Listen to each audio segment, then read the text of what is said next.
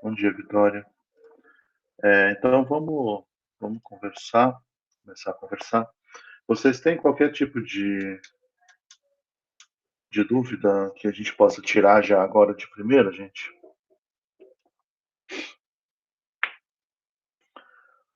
Então, em princípio, bom dia. Em princípio, deixa eu só conferir aqui para não falar muita besteira.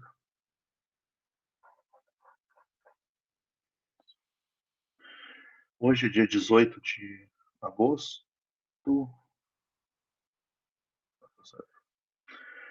É, Em princípio, então, a gente teria aí uma primeira aula, né? Então, se a gente olhar nosso calendário, né? A gente está uma aula mais ou menos adiantada, né? Então, a gente está falando aí, na sexta-feira, a gente falou um pouquinho de soluções reais pela primeira vez. Então, hoje eu continuo com isso. E, e aí, talvez eu termine hoje, a depender de como a gente tiver, se vocês ah, acharem que dá para terminar, né?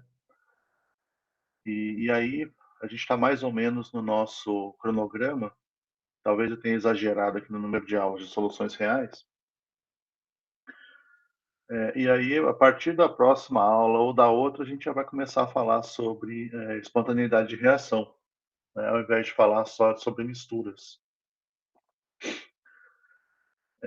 Tá bom? Então, estamos andando mais ou menos de acordo com o nosso cronograma, então as entregas continuam valendo, né?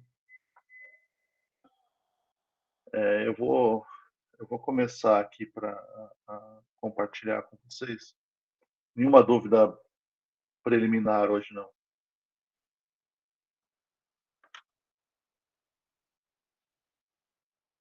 Tá bom.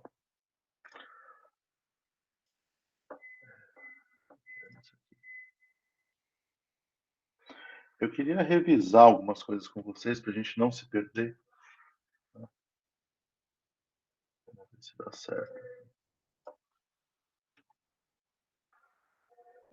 Então, a primeira delas é a nossa ideia de solução ideal. Então, de novo, numa solução ideal, a variação da energia de Gibbs de solução, ela depende unicamente da composição, tá?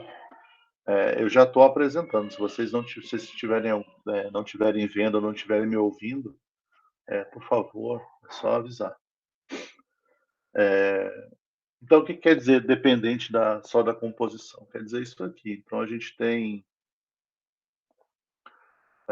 tem aqui o potencial químico da espécie em solução. Ele tem um termo que seria o potencial químico da espécie pura na situação padrão, mais um termo que depende da fração molar desse componente, né, na solução. Isso faz com que a gente chegue nessa expressão que o ΔG de mistura é dado por um termo que tem a temperatura, a quantidade de matéria, né? Mas um termo aqui entre parênteses que é unicamente relacionado à composição, então às frações molares das espécies que compõem essa mistura. Usando esse tipo de modelo, então de solução ideal, todas as que você não tem variação, qualquer tipo de variação de interações intermoleculares ao fazer a mistura, quer dizer, as interações intermoleculares são constantes, né, quando antes e depois da realização da mistura, a gente achou esse gráfico aqui que mostra para a gente que o ΔG de mistura previsto por esse modelo é sempre menor que zero. Ou seja, o processo de formação de solução é sempre espontâneo.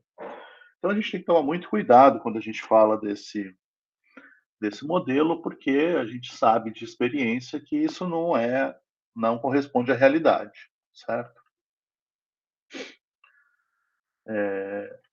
Bom, a gente generalizou então essa equação, então ao invés de duas componentes, a gente tiver i componentes, a gente pode generalizar essa expressão aqui para um somatório do termo dependente da composição apenas. Tá? Eu vou pular algumas coisas, mas uma coisa que é interessante é isso. Quando a gente não está considerando variações das interações intermoleculares com a formação da solução.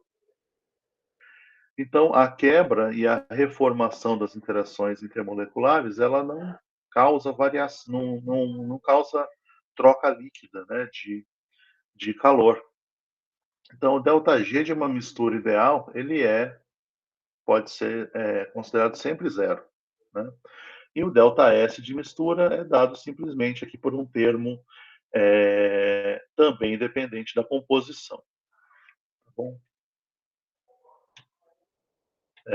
Aí a gente falou sobre a lei de Raoult, que dá para a gente que a pressão de vapor de uma substância é diretamente proporcional também à composição da solução, né, unicamente, porque a pressão de vapor é dada pela composição vezes a pressão de vapor da substância pura, que é uma propriedade da substância, né? Então, a única dependência aqui é com a composição, né? A pressão de vapor de uma substância pura numa determinada temperatura é uma propriedade dessa substância. Eu não vou entrar em detalhes aqui na análise do que acontece, né, na lei de Raoult, nem da tonometria, mas a gente analisou diferentes situações, né, da validade da lei de Raoult. Então, quando as substâncias são muito parecidas, a gente tem uma boa concordância entre o dado experimental e o que é previsto pela lei de Raoult. Então, os dados experimentais são bem descritos por essa lei. E na situação em que você tem substâncias muito diferentes quimicamente, geralmente a gente tem um desvio grande da lei de Raoult, mesmo que as substâncias sejam miscíveis em qualquer proporção. Assim. Mas nos extremos, a gente sempre percebe que a lei de Raoult é obedecida, mas ela é obedecida quando a substância se comporta como solvente, ou seja, quando ela está em grandes proporções. A lei de Henry, por outro lado, é o equivalente à lei de Raoult, só que considerando agora uma melhor descrição do soluto, e ao invés da pressão de vapor da substância pura, a gente usa uma constante que é determinada experimentalmente para cada substância, que é chamada de constante de Henry, ou Henry, né? E que serve né, como a proporcionalidade aqui da fração molar vezes essa constante, dá para a gente a pressão de vapor do soluto, especialmente. E aí, uma solução, ela pode ser considerada de comportamento ideal quando ela tem o solvente obedecendo à lei de Raoult e o soluto obedecendo à lei de Henry. Ou seja, sempre que a gente tem soluções diluídas, mesmo que sejam soluções que, na verdade, sejam não ideais, quando ela é bastante diluída, a gente consegue ter uma boa representação dos dados experimentais por essas duas leis empíricas. Isso é um dos motivos, né, da gente sempre procurar, especialmente em química analítica, né, trabalhar com soluções que são diluídas.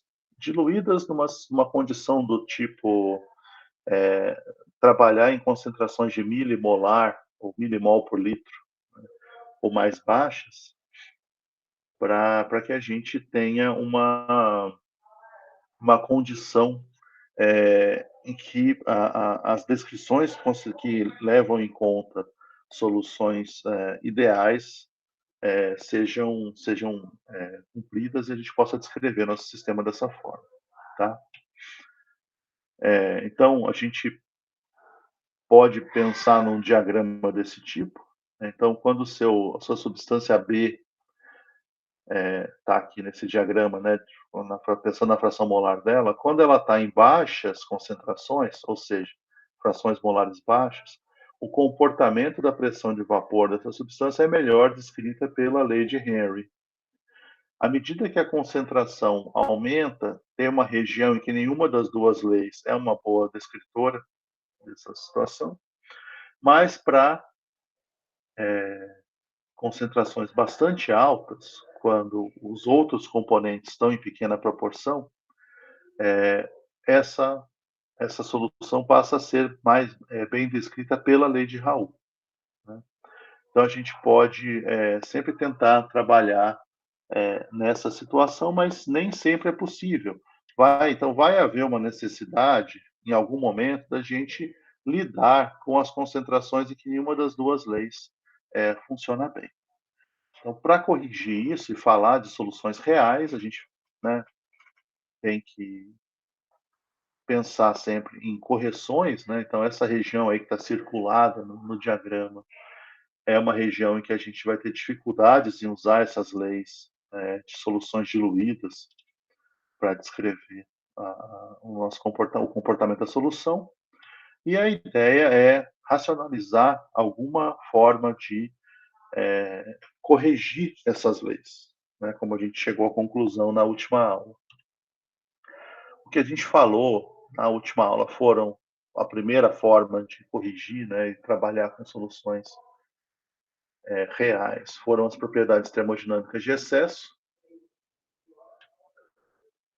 Então, uma propriedade termodinâmica de excesso qualquer pode ser dada pela diferença entre a variação daquela propriedade na formação da solução e a variação daquela propriedade que seria obtida quando a gente calcula de acordo com as leis das soluções ideais. Então, se eu tiver aqui um ΔX experimental e subtrair o ΔX que eu calculo se a solução fosse ideal, essa diferença dá para a gente a propriedade termodinâmica de excesso, que é sempre escrita disso aqui, dessa forma. É a propriedade com sobrescrito um E maiúsculo. Então, a gente pode falar de propriedades termodinâmicas de excesso como entropia de excesso, né, que é o ΔS medido menos o ΔS calculado de acordo com as equações de soluções ideais. A energia de Gibbs de excesso também é a mesma coisa. Uma coisa interessante da gente perceber aqui é que a entalpia de excesso, que não está escrita aqui, ela é qualquer valor que seja medido experimentalmente. Né? Qualquer valor de entalpia diferente de zero que você meça numa solução, ela é entalpia de excesso, porque idealmente, né, o ΔH ideal é zero. Então a gente sempre pode associar qualquer variação de entalpia em um processo como sendo um valor de desvio da idealidade, né? Já é a entalpia de excesso. Na última aula eu trouxe para vocês esse exemplo, né, que seria da mistura de água com acetonitrila. Os dois são solventes muito comuns, né? As duas substâncias são solventes muito comuns.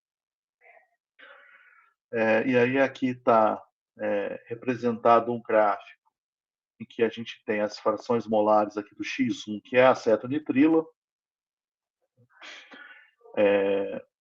São representadas as propriedades termodinâmicas de excesso. Então, se fosse tudo solução ideal, a gente teria essas propriedades termodinâmicas de excesso sempre igual a zero. Mas aqui, por exemplo, a gente tem uma energia de Gibbs de excesso que é positiva. Então, a gente tem essa solução menos espontânea do que a solução ideal. Lembrando que toda solução ideal gera uma mistura, uma mistura espontânea. Né? Aqui, a gente tem uma mistura que é menos espontânea. Não necessariamente ela deixou de ser espontânea. Ela só não tem uma energia de Gibbs tão negativa quanto teria se fosse uma solução ideal. Então, aqui a gente tem um valor, o eixo aqui está dado em quilojoule, em joule por mol, desculpa, né, como está escrito aqui. Então, a gente tem aí 1.250, mais ou menos, joule por mol, mais positiva a energia de Gibbs aqui no limite, né, no máximo aqui, do que se fosse uma mistura ideal. Isso é 1,2 kJ por mol, então provavelmente essa mistura, essa energia de Gibbs de excesso não é suficiente, né, para que a gente veja uma separação de fase, né, uma situação em que a mistura não é espontânea. Tá? mas ela é menos espontânea do que poderia ser se a gente tivesse numa condição de solução ideal, tá? Então essa curva aqui. A entalpia de excesso, ela também é sempre positiva. Então isso aqui, na verdade, é a entalpia que foi medida nesse experimento, né.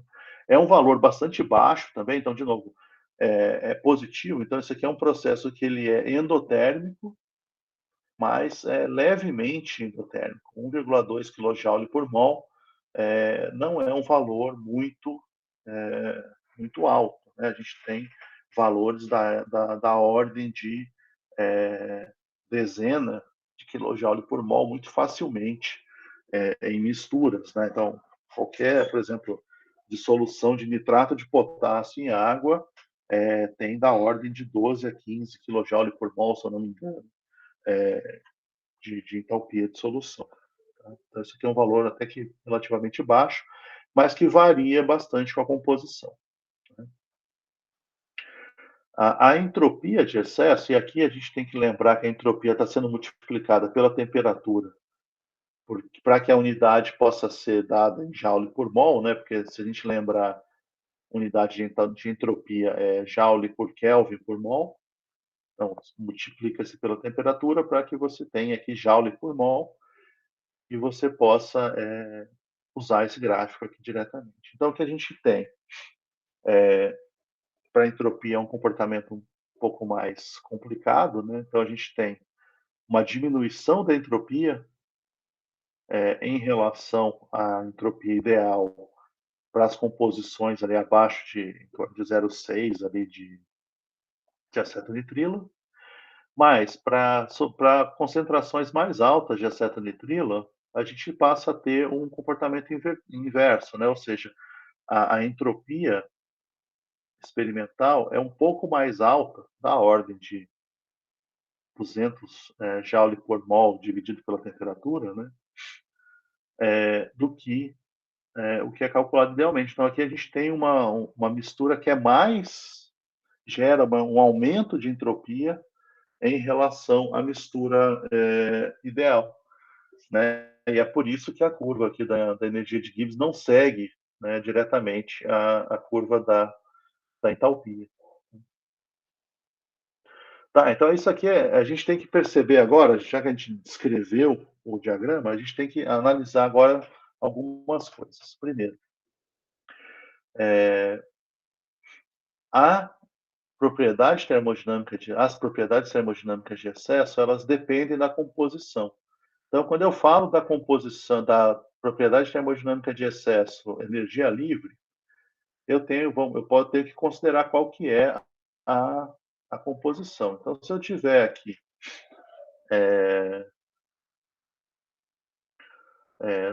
por exemplo, aqui na fração molar de meio, eu tenho que dizer que eu estou na fração molar de meio e em meio a minha energia de Gibbs de excesso é 1.200 e pouco, né? Em torno de 1.200 joule por mol. E se eu for para a fração molar de 0,8, por aqui, já caiu para baixo de 800, né? Então a gente tem que lembrar disso, então ela varia com a composição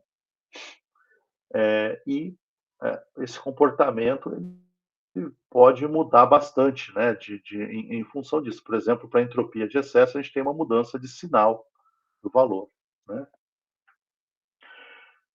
Outra coisa que é importante a gente perceber são os extremos. Então, se eu olhar aqui para frações molares muito baixas de acetonitrilo, a gente percebe que todas as três propriedades termodinâmicas de excesso que estão representadas aqui tendem a zero. O que isso quer dizer? Quer dizer que nessa fração molar muito baixa, a solução está se comportando de forma cada vez mais similar ao que é previsto pelo modelo ideal, das soluções ideais. Né? Então, aqui, nessas diluições bem baixas aqui, quer dizer, muita água e pouquíssimo acetonitrilo, a gente pode tratar essa solução como uma solução ideal e nosso erro vai ser um erro bem pequeno. Do mesmo jeito, acontece no outro extremo, quando a gente está falando aqui de frações molares próximos a 1. para acetonitrilo, que aí vai ser uma solução de acetonitrila com a água em pequeníssima proporção. E aqui também as três propriedades termodinâmicas de excesso tendem a zero, ou seja, a gente também está se aproximando do comportamento ideal dessas soluções, tá bom? Essa é uma forma da gente corrigir os nossos no comportamento. A gente vai associar então o tamanho, né, o valor em módulo, né, dessas propriedades termodinâmicas de excesso com o desvio da idealidade da nossa solução. Se a gente tiver uma solução que esses valores são bem baixinhos, em qualquer proporção, então a gente pode descrever o nosso sistema sem susto, usando o modelo de soluções ideais, mas isso é a exceção, né, para os trabalhos que a gente realiza como químicos. Isso eu já tinha falado, né? Se for solução ideal, todas as propriedades termodinâmicas de excesso são zero para qualquer composição. Tá, a gente tem outros modelos, outras formas de corrigir as soluções ideais, as soluções reais, a partir do modelo de soluções ideais. Então, a gente pode adotar outros termos de correção. Aqui a gente adotou uma correção que é totalmente empírica, né? Tipicamente, essas correções são empíricas, né? Mas aqui a gente mede para cada composição um valor de desvio em relação à idealidade, né? Para as propriedades termodinâmicas de excesso. A gente pode pensar em outras formas de corrigir. A gente pode fazer correções que sejam mais analíticas, né? Não é necessariamente uma vantagem, é só uma abordagem diferente. Para vocês também, se vocês quiserem analisar melhor esses valores aqui, vocês conseguem encontrar esses dados nesse trabalho que está citado aqui embaixo. Já é um trabalho bastante antigo, né, de 1985. Uma forma da gente, né, uma outra forma, então, da gente corrigir o modelo das soluções ideais é a gente propor uma correção, né? Uma só, por exemplo. Então, um jeito de a gente fazer isso são usando essas soluções regulares. A gente pode assumir que, ao se formar a solução, a gente observa uma variação nas interações intermoleculares, certo? Mas a gente pode assumir que isso não afeta a probabilidade de distribuição das moléculas em solução. O que isso quer dizer? Você não afeta a probabilidade de distribuição espacial das moléculas e nem de nenhum tipo de perda de liberdade. A gente pode assumir, então, que a entropia de excesso é zero.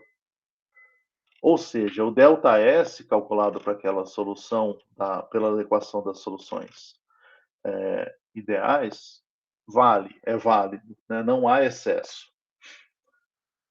Mas, como a gente tem agora variação nas interações intermoleculares, aí sim a gente vai ter troca de calor de alguma forma dentro do sistema. Então, a nossa entalpia de excesso é diferente de zero. A ideia dessa solução regular é levar em conta, de alguma forma, os valores de entalpia de solução que são medidos experimentalmente, né? Quando vocês forem fazer o laboratório de termodinâmica, que a gente espera que seja logo, dois dos experimentos que vocês vão fazer são medidas de entalpia de solução, né? Não, mentira. Um é de entalpia de solução e o outro é entalpia de reação. Mas no de entalpia de solução, vocês vão medir justamente o ΔH de dissolução de um sal, do nitrato de potássio em água, né, usando o procedimento experimental que vocês vão analisar lá no laboratório. Né? Então, considerando agora esse modelo, então aqui a gente está assumindo que a entropia, a variação de entropia na solução pode ser descrito tranquilamente pelas equações lá do ΔG de mistura das soluções ideais, mas a entalpia de excesso não. Então a gente precisa, de alguma forma, corrigir isso. Para fazer isso, a gente vai assumir mais uma coisa. A gente vai assumir que as funções de excesso, elas dependem única e exclusivamente da composição do material. A gente viu no slide anterior que tem uma variação importante das funções termodinâmicas de excesso com a composição mesmo, né? Mas existem outras coisas envolvidas. A gente vai ignorar essas outras coisas e vai focar unicamente na composição. E então o nosso termo de correção agora vai ser dado por um fator que é uma, né, então a nossa entalpia de excesso vai ser dado por um termo que depende unicamente da relação das composições, XA e XB. Então, as frações molares vão ser dadas aqui. Um termo, esse termo NRT, que aparece já na expressão, né? E uma constante beta, que é uma grandeza que é característica de cada solução e que vai ser determinada experimentalmente, né? Esse termo aqui é o que a gente vai considerar como unicamente o termo que descreve para a gente as diferenças nas interações intermoleculares da solução. Então, simplesmente com esse termo, então o beta é uma coisa que a gente tem que determinar experimentalmente, e a composição da solução, a gente pode ser capaz de prever o valor da entalpia de excesso, né, para formar aquela solução. Se a gente tiver um beta que é menor que zero, essa mistura vai ser exotérmica. Então, beta menor que zero vai ter o significado que a gente espera, né? Esse termo todo aqui. Se a gente ignorar o beta, que nRT, XA, XB é um termo positivo. Então, quem vai determinar o sinal da entalpia de excesso é o beta. Se beta for menor que zero, esse termo todo aqui fica negativo. Então, a entalpia de excesso é negativa, a mistura vai ser necessariamente exotérmica. E se beta for positivo, a mistura vai ser endotérmica. Lembrando que a entalpia de excesso é a entalpia que é medida para um determinado experimento de solução, porque a entalpia, o ΔH de mistura ideal é zero. É por isso que a gente pode falar isso aqui diretamente com tranquilidade. Tá? Então, se a gente plotar agora, fizer um gráfico, né, da entalpia de excesso, simplesmente considerando valores arbitrários aqui para beta, então beta é igual a zero, é meio óbvio, mas é sempre bom falar, né? Se beta for igual a zero, a gente tem esse valor aqui zero, porque você está multiplicando, né, todo esse termo aqui por zero. Não importa qual seja a composição, a gente tem aqui a curva em zero, e o interessante aqui interessante, né? Isso quer dizer o seguinte, que se beta for igual a zero, a gente tem uma solução ideal. Né? Se eu tiver um valor de beta que seja 1, então aqui esse gráfico ele dá para a gente a entalpia de excesso dividido pelo termo nRT. Então a gente vai ter aqui um valor positivo de entalpia para qualquer composição. Quando as frações molares, por exemplo, aqui está XA, né? Esse gráfico aqui está para XA. Então, qualquer que seja as composições, as frações molar, o valor de beta para as frações molares mais baixas ou mais altas de um dos componentes tende a zero, esse termo. O máximo dele vai ser sempre na fração molar meio para cada substância, né? Que é quando esse termo aqui vai atingir o valor máximo. Então, a gente tem uma situação em que a gente tem um comportamento desse tipo, né? Que é muito parecido com o que a gente vê experimentalmente, que a gente viu experimentalmente lá, por exemplo, para as propriedades termodinâmicas de excesso da mistura de acetonitrila com água. Né? Lembrando, né? Isso aí só quer dizer que a gente está simplificando o processo. Se a gente lembrar lá de novo, né? Vou voltar aqui. Por que isso aí pode ser razoável? Certo? Não, porque é um modelo, né?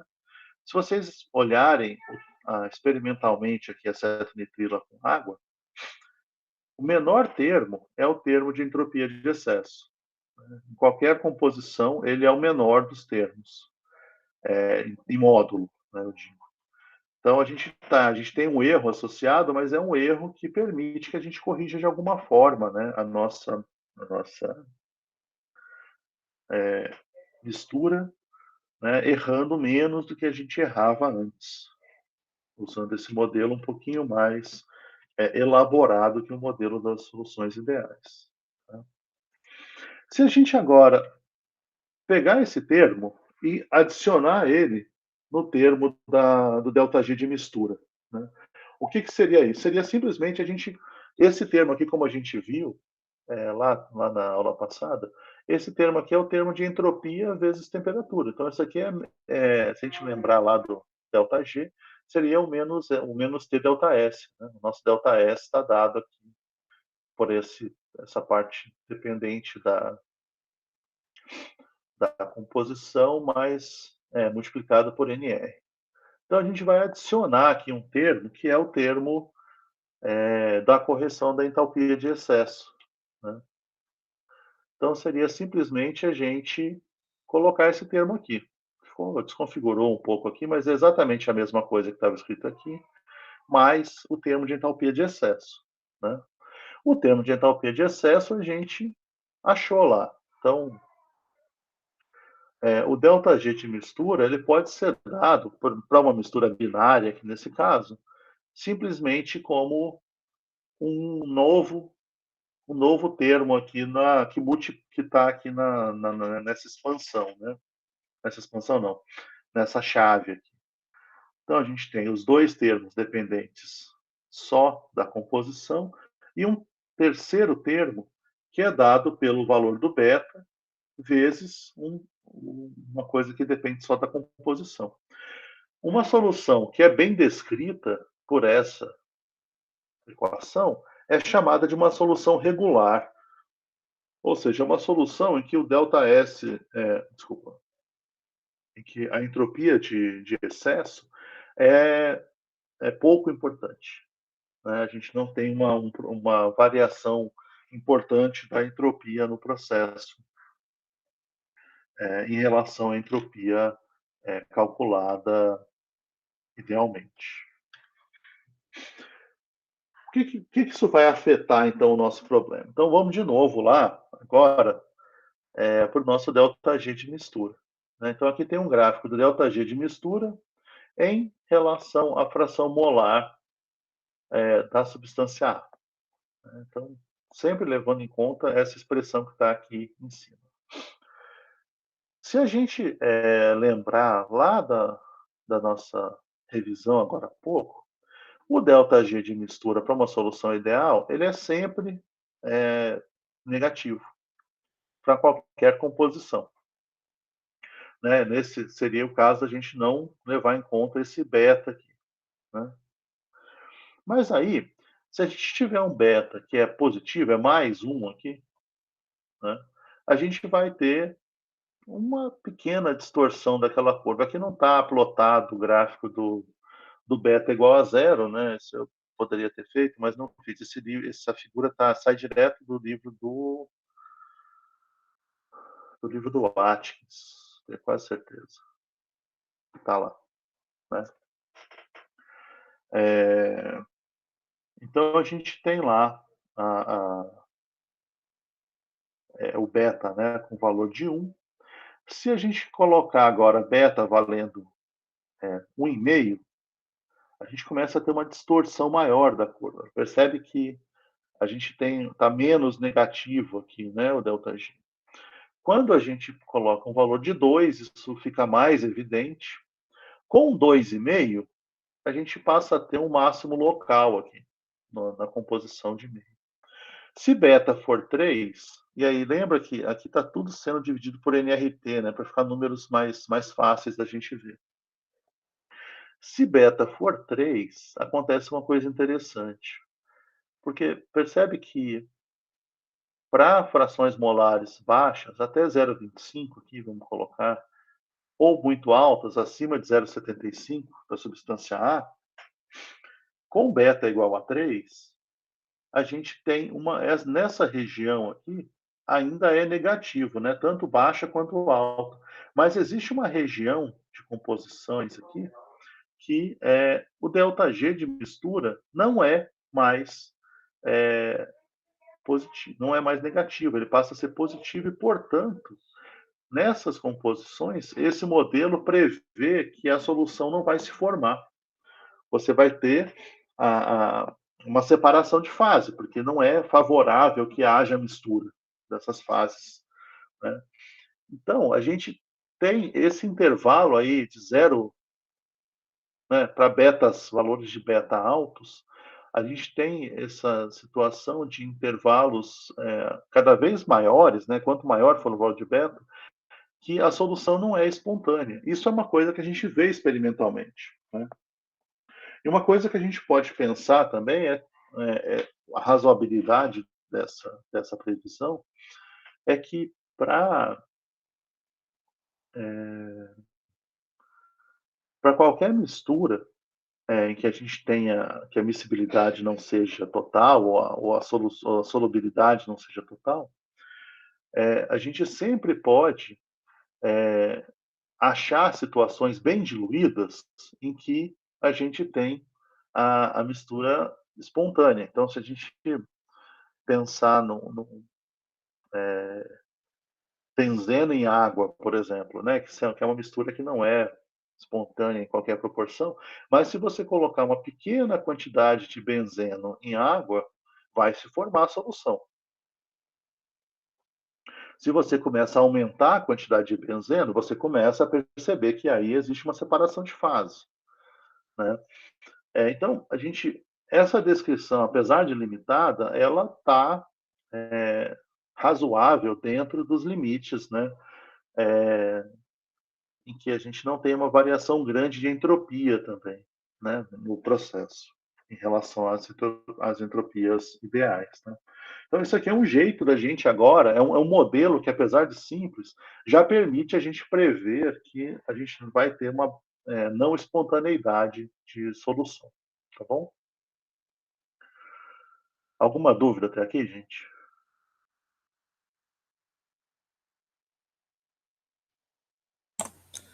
Professor, Pode uma, falar. uma coisa só que eu fiquei meio em dúvida, por exemplo, uma solução que por exemplo, diluição de álcool em água, que seria uma solução que é formada considerando que ele tem solubilidade basicamente infinita. Seria que o beta ele seria um valor muito baixo nesse caso? Então, por exemplo, nessa solução o beta seria muito baixo e por isso não teria um momento em que a mistura não se tornaria espontânea. Seria tipo isso? É por aí. É por aí, quer dizer, que ele muito baixo, quer dizer, ele não é autossuficiente para que não seja espontâneo, né? Mas Isso. ele pode ter um valor intermediário qualquer, né? Para o caso que você citou de água com etanol, né? Imagino que seja esse álcool que você esteja falando. Sim. O beta deve ter um valor baixo, porque aí as interações intermoleculares não são tão diferentes, né? São o que estrutura a solução ainda vão ser as ligações de hidrogênio, né? Então, realmente, você tem toda a razão. Beta não é autossuficiente para que você tenha uma região ali daquela mistura que não seja espontâneo. Desculpa. Muitas vezes a solução ela pode não ser ideal, ser bastante diferente da idealidade, e mesmo assim você ter dois solventes totalmente immiscíveis, tá? Que é o caso da acetona com o dióxido do o CS2, né, o disulfeto de carbono, que a gente viu na aula passada. Eles são miscíveis em qualquer proporção, mas o beta, né, vamos dizer assim, quer dizer, com certeza, o ΔH de solução ali é bastante alto, em módulo, né, deve ser endotérmico, provavelmente.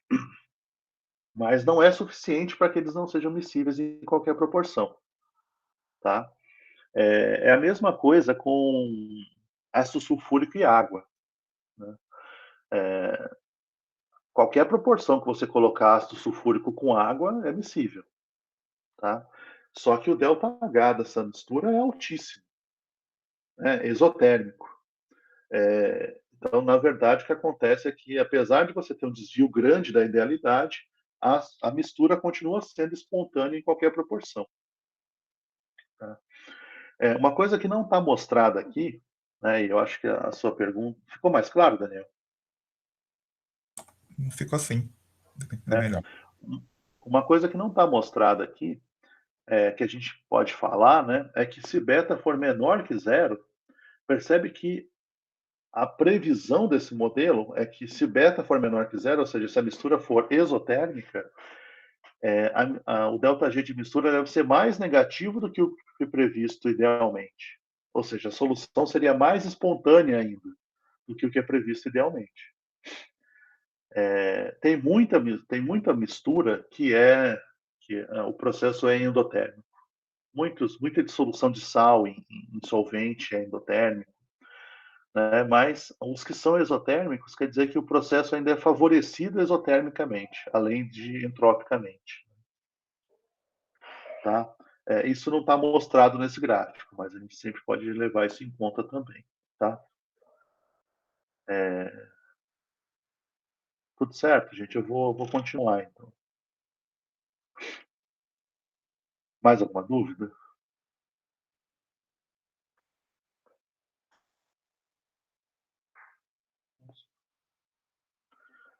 Tá. É, Bom, quando a gente, de novo, né? Parece repetitivo, mas é isso. Então, quando a gente tem uma solução real, a diferença entre as interações intermoleculares tem que ser levada em conta. Então, uma forma da gente fazer isso agora há pouco foi com as soluções chamadas soluções regulares, mas ainda é um modelo bastante limitado, né? E a gente tem um coeficiente que pode ser medido, né, o valor de beta, que pode ser medido aí para cada solução. Cada par, né, se a gente está pensando em misturas binárias, cada par de solvente e soluto tem que ter o valor de beta determinado.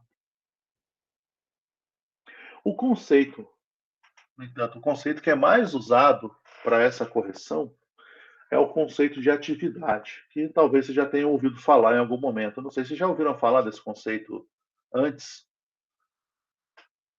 Esse termo atividade já foi falado para vocês? Já foi citado em algumas matérias da analítica, mas eu não lembro se chegou a ser tipo, explicado como, o que ele significa. Entendi. Então vamos começar, né?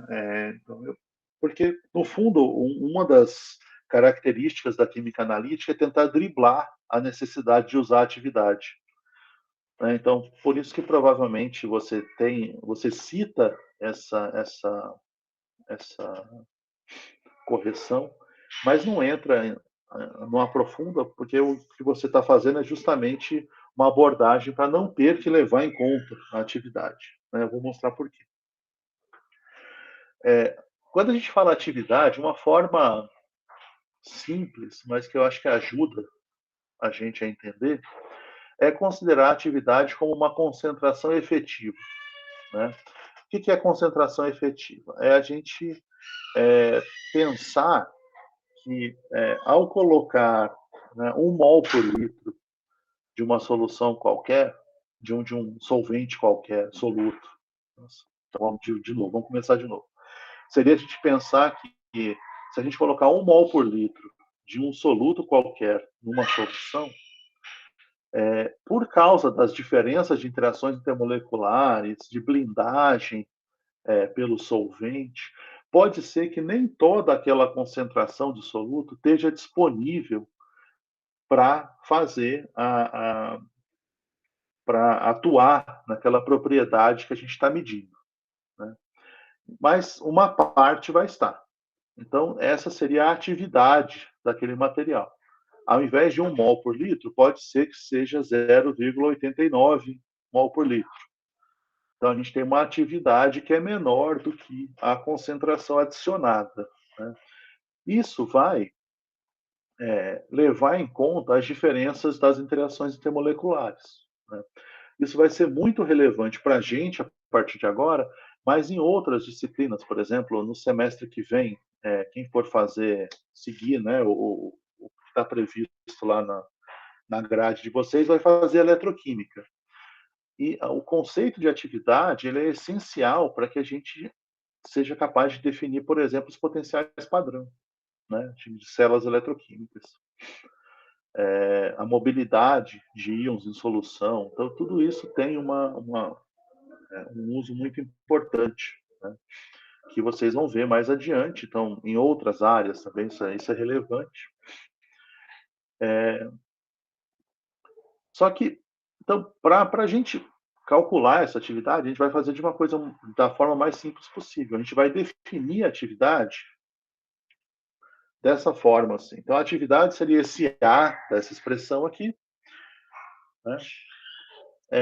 C é a concentração. A concentração aqui pode ser qualquer grandeza. A grandeza da concentração vai ser exatamente a mesma grandeza da atividade, tá?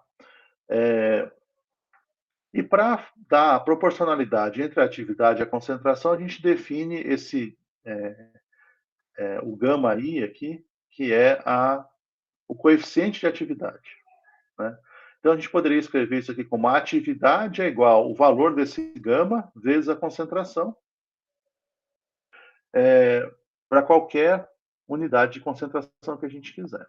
O que a gente tem que determinar, então, o tempo todo, é o valor desse coeficiente de atividade, tá? A concentração, tipicamente, a gente pode controlar, né? E aí a gente precisa do coeficiente de atividade para determinar o valor da atividade. A gente assume que, como esse valor γ ele é determinado experimentalmente, ele contém toda a correção necessária para os desvios da idealidade da nossa solução. Tá bom? Vamos para frente. Isso. Aí a gente pode usar a atividade para substituir concentração, tá? Então, como é que a gente vai? Então, todo lugar que a gente estiver escrevendo concentração, em qualquer que seja o tipo de concentração que a gente esteja interessado, seja a fração molar, seja a concentração em mol por litro, seja em massa, é mais complicado, que a gente tem que levar o termo de correção, mas também dá para fazer, né? Então, o que a gente faz é colocar a atividade como sendo a concentração que efetivamente atua no processo que eu estiver interessado, né? A gente pode acompanhar a atividade para cada componente da solução. Então, para o solvente, a gente tem que levar em conta que essa atividade aqui, ela muda com a concentração. É lógico, né? Mas o coeficiente de atividade também muda com a concentração.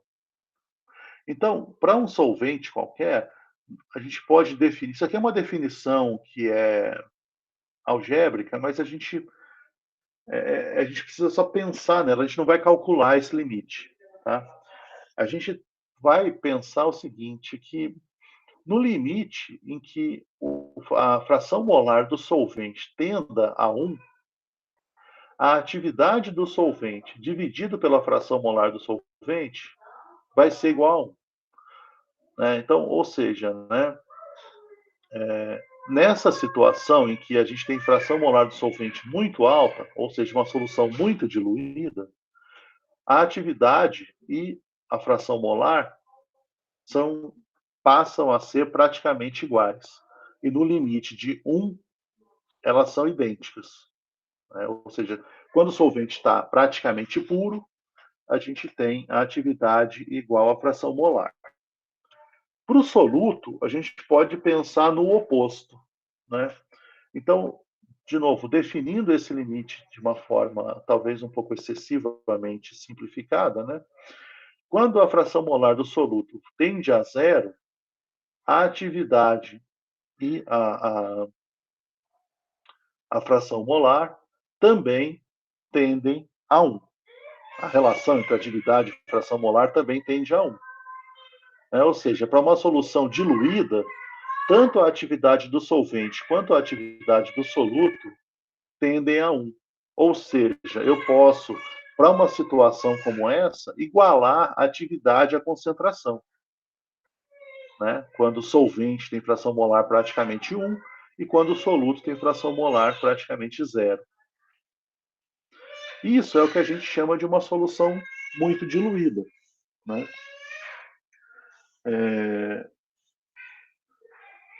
Esse é o principal motivo. Então, por que quando a gente está falando lá em química analítica, todo mundo fala, olha, então a gente tem que levar em conta, tem que pensar aqui na atividade da solução, mas a gente nunca calcula.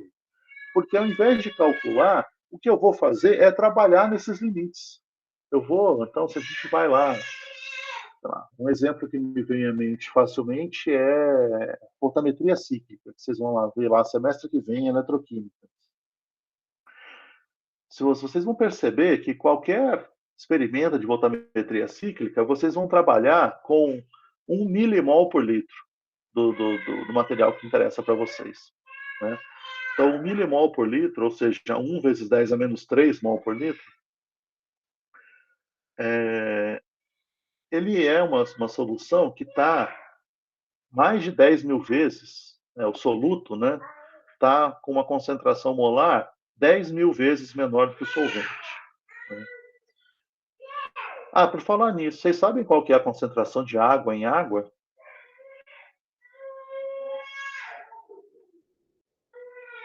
Alguém sabe?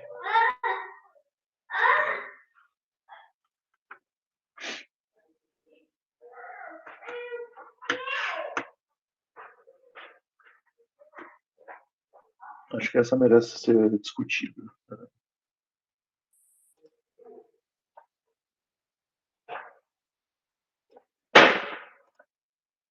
Alguém já perguntou isso para vocês? Qual é a concentração de água em água? Não. Já pensaram nisso? Então vamos dizer assim, eu quero saber.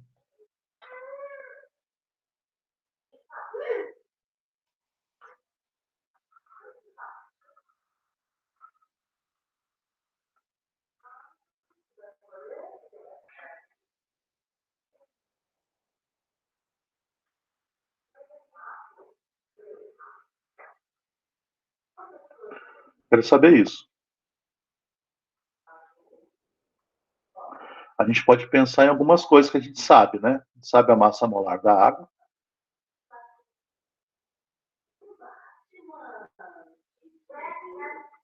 E a gente tem uma boa aproximação para a densidade da água.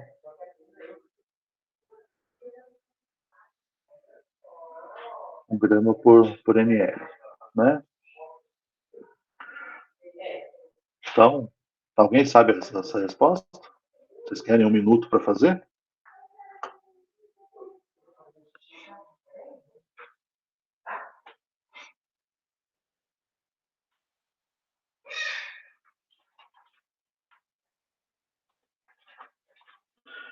Uma coisa que a gente pode lembrar, né, vai que a concentração da espécie mol por litro é o número de mols da espécie I dividido pelo volume da solução. Tipicamente, a gente coloca a unidade de volume em litro, né?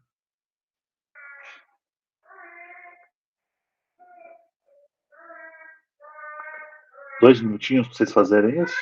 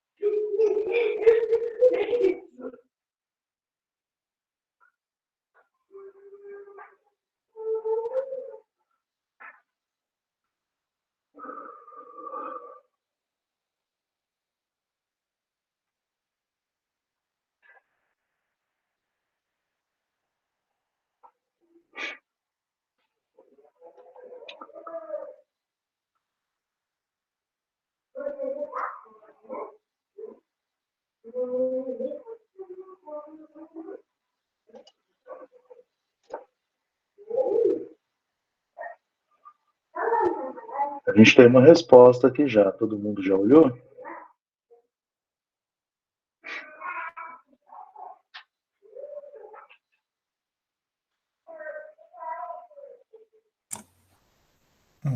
O meu aqui deu isso também. 55,56. Uhum.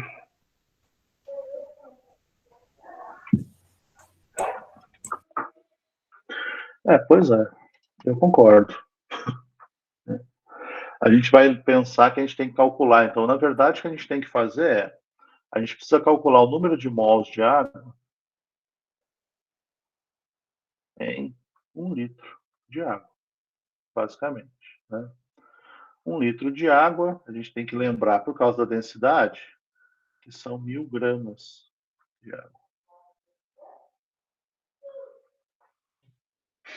Então, o que a gente precisa calcular, basicamente, o número de mols de água em 1 litro, né, dela pura, é 1.000 dividido por 18. 1.000 gramas por 18 gramas por mol. Isso vai dar o que vocês falaram, 55,56 mol, né, de água em 1 litro de água. Então, isso dá diretamente a concentração molar, né? Concentração molar da água em água é 55,56 mol por litro. Né? Tá? Parece brincadeira, né? E no fundo, isso é uma espécie de uma brincadeira, que a ideia toda é a gente ter isso em mente, né? Então, aproximadamente, a concentração molar da água é em torno de 50 mol por litro. Então, a gente pode pensar nisso, né? 10 ao quadrado mol por litro. Então, se eu estou lá com uma solução que é 10 a menos 3 mol por litro, 10 ao quadrado eu exagerei, né? Vamos por põe 10, né? Então, isso só quer dizer que eu estou trabalhando lá com 1 milimol por litro, eu estou trabalhando com uma solução que é 50 mil vezes mais diluída. Né? O soluto está 50 vezes com concentração menor do que a água. A fração molar do soluto é praticamente zero. Né? Se você for calcular, vai dar 10 a menos 4. Né? 5 vezes 10 a menos 2 vezes 10 a menos 5 de fração molar. Aí você começa a trabalhar com soluções que são diluídas o suficiente para a gente não ter que se preocupar com a atividade.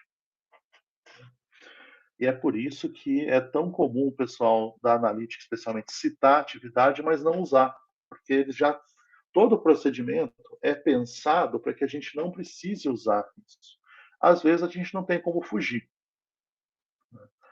E é daqui que a gente pode também, né, pensar no motivo da gente continuar trabalhando, né, aqui. Então a gente estava lá. Essas piadinhas com o número de mols são interessantes, né? Não sei se eu já falei isso aqui, eu costumo falar isso nas turmas de fisicoquímica. Uma vez eu estava conversando com um amigo meu e ele estava tomando água. Aí eu falei para ele, pô, dá um pouco dessa água, né? Tava morrendo de sede. Aí ele falou para mim, tá bom, você pode tomar 2 mol. Eu levei bem uns 10 segundos para entender o que ele estava me falando, né? Vocês já pararam para pensar nisso? Quantos mol de água vocês tomam quando tomam um copo de água? Depois faz a conta para vocês verem. É interessante.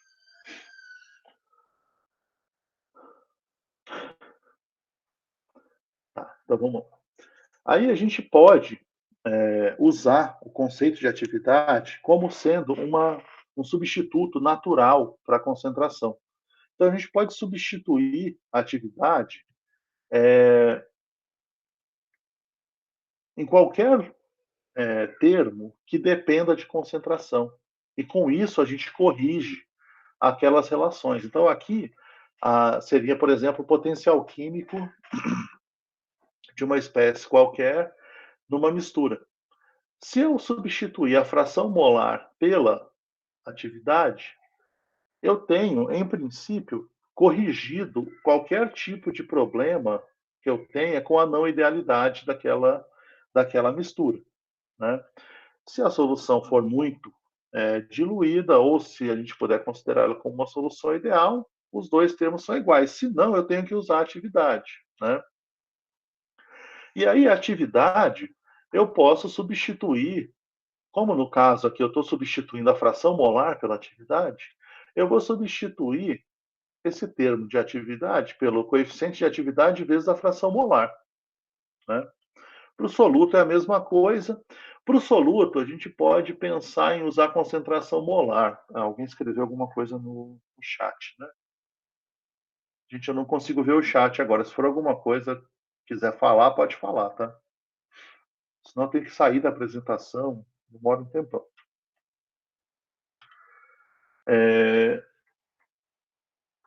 Aí a gente vai ter uma outra coisa, né? Então, a atividade ela tende para concentração. Aí lembra que a gente falou que no limite de fração molar muito alta, a atividade é igual a concentração? Para a fração molar muito baixa do soluto, a atividade é igual a concentração. Isso quer dizer que nos extremos o coeficiente de atividade tende a 1. Seja para o solvente, quando a fração molar dele tende a 1, ou seja para o soluto, quando a fração molar dele tende a 0. Tá? Bom, então o coeficiente de atividade também varia com a concentração. Isso complica um pouco se a gente for pensar na prática, né, no dia a dia, que é a necessidade da gente determinar o coeficiente de atividade para a concentração que a gente está trabalhando. Então, mesmo que eu conheça, né, o coeficiente de atividade para a fração molar meio, se eu for trabalhar com a fração molar 0,2 do mesmo material, eu tenho que determinar o coeficiente de atividade novamente. Isso torna bastante trabalhoso determinar coeficiente de atividade. Uma das coisas que vocês vão ver é que um meio mais prático de fazer isso, muitas vezes, é usando eletroquímica. Né? Quando a gente está falando de soluções que permitam que a gente faça isso, né? O jeito mais fácil de a gente determinar a coeficiente de atividade vai ser mesmo usando métodos eletroquímicos. Tá? Então, se a gente pensar mais um pouquinho sobre o coeficiente de atividade, né, ele pode ser definido, então, em termos de fração molar daquela forma que já estava colocado para vocês. Se eu colocar agora a expressão do coeficiente da atividade, agora, como eu falei, lá no potencial químico, então você teria xi vezes gama-i, né, para uma atividade da espécie I. Se eu escrevi nessa ordem, porque, se vocês perceberem, essa parte inicial aqui, os dois primeiros termos depois da igualdade, são exatamente iguais à expressão das soluções ideais. Né? Quando o coeficiente de atividade for igual a 1, esse termo aqui zera. Quanto mais diferente de 1 for o coeficiente de atividade, maior vai ser em módulo, né? Maior vai ser, desculpa, esse último termo, tá? Então, a gente pode considerar esse último termo como sendo o desvio da idealidade, certo? Quanto mais diferente de 1 for o coeficiente de atividade, maior a representação, maior a influência desse termo no potencial químico da espécie que me interessa, né, que eu estou estudando. Né? A gente pode pensar no coeficiente de atividade sempre como também agora para o soluto, né? Então, pensando na lei de Henry, você vai determinar para o soluto a atividade e você vai escrever exatamente da mesma forma, né? Você faria para o solvente. Né? E aí a gente tem aqui um desvio da idealidade também para o soluto, né? E quando a gente está aqui trabalhando com isso, a gente tem que pensar, né? Então, desvio da idealidade quer dizer que a gente está fugindo da descrição de soluções ideais. E isso, por definição, acontece quando a gente tem íons em solução, né? Então, quando a gente tem íons em solução, é muito ruim você tentar descrever íons em solução usando o modelo de solução ideal, porque você tem um solvente molecular, né, que não é carregado, você tem lá a água, né, que tem lá a alta ionização da água, mas né, a quantidade de íons em solução é muito baixa. E aí você adiciona uma certa quantidade desses íons em solução. As interações passam a ser muito ligadas às cargas, né, quando você está falando dos íons em solução.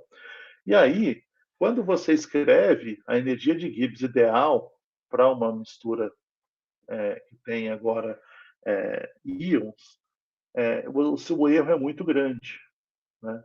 Então, a gente precisa ter necessariamente considerar a atividade nesse caso. Então, a gente precisa, de alguma forma, determinar coeficientes de atividade para esses íons. O problema é que você não consegue ter uma solução que só tem o íon cátion positivo e outra que só tem o cátion negativo. Né? Senão a sua solução ia dar choque. Né? A solução não tem carga. Então, no fundo, o que a gente faz é determinar um gama médio, né, para os íons que a gente chama de gama mais menos, né, que seria uma média geométrica dos coeficientes de atividade dos íons. Tá? Isso aqui vai levar ao modelo de Debye-Hickel, né, a lei limite de Debye-Hickel, em que a gente vai poder modelar, de alguma forma, essas interações entre íons e solventes, né, considerando essa modelagem. Eu não vou falar disso nesse curso. Tá? Esse slide aqui é para dar para vocês mais ou menos de onde vai começar o conteúdo de eletroquímica. Tá? Isso aqui tudo, né, vai ser tratado em eletroquímica, então tem lá o mundo maravilhoso, né, dos íons. Isso tudo vai ser discutido com vocês em eletroquímica, especialmente, um pouquinho também em equilíbrio cinética, mas muito em eletroquímica. Uma boa parte da discussão que é feita com vocês pelos professores da fisicoquímica, né, na eletroquímica, está ligada a essa necessidade de você corrigir uma solução de íons pelos coeficientes de atividade, né, e a impossibilidade de medir o coeficiente de atividade individualmente para cada íon.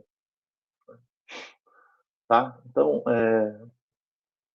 é mais ou menos isso que eu tinha para falar sobre a correção. Né? Então, na próxima aula, a gente já vai começar a falar um pouquinho sobre composição variável. Né? Tá aí, já preparei para a gente conversar um pouquinho sobre sistemas de composição variável, que é também chamado sistemas em que a gente tem reações químicas, né? Que no fundo era o nosso objetivo ao final dessa disciplina, tá? Então era mais ou menos isso que eu queria falar para vocês hoje. Queria saber se vocês conseguiram ficar com alguma coisa clara sobre essa correção pela atividade. Se está tudo bem, se vocês vão sobreviver.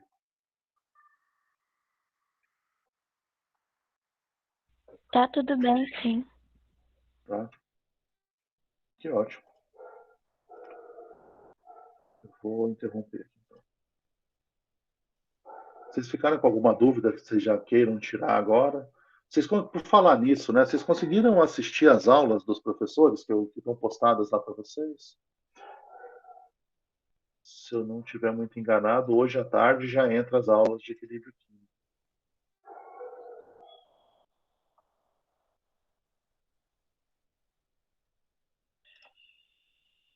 Vocês conseguiram assistir? Alguém conseguiu? Sim. Ficou alguma dúvida, né? Quer dizer, uma postura que eu tinha em momentos anteriores dessa disciplina era não fazer isso que eu estou fazendo com vocês, que é dar uma aula tradicional, basicamente, né? Inclusive, eu tenho esses slides aí que eu venho preparando ao longo dos anos, que eu estou mostrando para vocês. Se fosse só pelas aulas que estão lá postadas, daria para ter entendido sem a minha aula? Isso é uma dúvida que eu sempre tenho. Eu acho que a aula aqui ajuda bastante, que né, esses encontros, durante a semana poder explicar, eu acho que ajuda bastante a entender melhor. É legal. Porque, assim, no fundo, o que eu falo aqui, né, Daniel e todo mundo, tá naquelas aulas, tá com um estilo diferente, porque cada professor tem um estilo. É até interessante vocês terem essas aulas disponíveis para vocês verem que o que eu falo aqui não é uma verdade absoluta, né? Tem um monte de visões a respeito dessa disciplina e do conteúdo que tem que ser tratado, que variam de professor para professor. Mas é interessante, é legal também a gente ter esse tempo de discussão aqui para vocês poderem, de repente, trazerem já uma dúvida, de repente, né, esclarecer alguma dúvida que tenha ficado e amadurecer alguma dúvida que vocês queiram tirar também, né, aqui. Obrigado pela opinião, Daniel.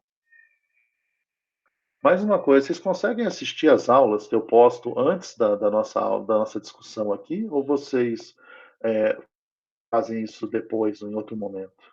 O João Paulo escreveu aqui que a minha aula complementa bastante. Obrigado, João Paulo. Ainda bem. Que bom que está sendo útil, né? Para isso que ela serve. Quer dizer, que ela deve servir. Vocês conseguem assistir as aulas dos outros professores antes de vir para cá ou vocês assistem depois, em algum outro momento?